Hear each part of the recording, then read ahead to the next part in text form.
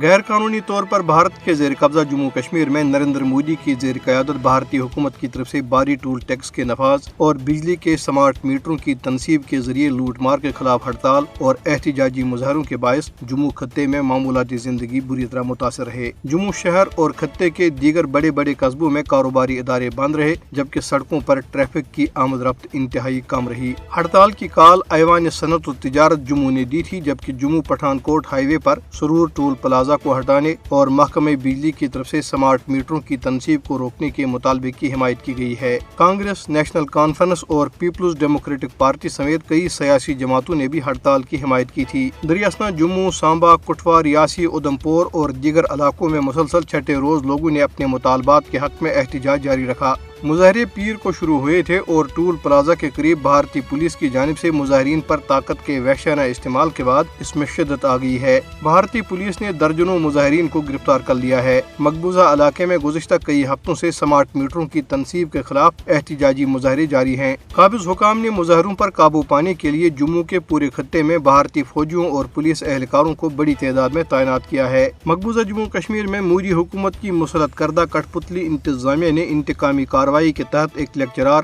ظہور احمد بٹ کو صرف اس لیے معطل کر دیا کہ انہوں نے بھارتی سپریم کورٹ میں پیش ہو کر مقبوضہ جموں کشمیر کو خصوصی حیثیت دینے والی دفعہ 370 کی منسوخی کے خلاف دلائل دیے۔ سری نگر کے گورنمنٹ ہائر سیکنڈری اسکول میں پولیٹیکل سائنس کے سینئر لیکچرار ظہور احمد بٹ، جنہوں نے قانون کی ڈگری بھی حاصل کی ہے، بدھ کو بھارتی سپریم کورٹ میں پیش ہوئے اور مودی حکومت کے 5 اگست 2019 کے فیصلوں کے خلاف دلائل دیے۔ ادھر بھارتی پولیس نے مقبوضہ جموں کشمیر کے کپواڑہ اور بانڈی پورہ اضلاع میں ایک خاتون منیرہ بیگم سمیت 5 بے گناہ کشمیریوں کو گرفتار کر لیا۔ منیرہ بیگم ایک شہید نوجوان یوسف چوپان کی اہلیہ ہیں۔ پولیس نے نوجوان کی غیر قانونی گرفتاری کا جواز پیش کرنے کے لیے انہیں مجاہد تنظیموں کے کارکنان قرار دیا۔ کل جماعتی حریت کانفرنس کے رہنماؤں فاروق احمد توحیدی، میر شاہد سلیم زرگر، ایڈوکیٹ ارشد اقبال اور مولانا مصعب ندوی نے اپنے بیانات میں افسوس کا اظہار کیا کہ بھارتی مظالم کے خلاف اور تنازع کشمیر کے پرامن حل کے لیے جو کوئی بھی بات کرتا ہے یا آواز اٹھاتا ہے، اسے قابض حکام جیل میں ڈال دیتے ہیں۔ انہوں نے کہا کہ بھارتی مظالم کشمیریوں کو آزادی کے مقدس مشن سے دستبردار ہونے پر مجبور نہیں کر سکتے۔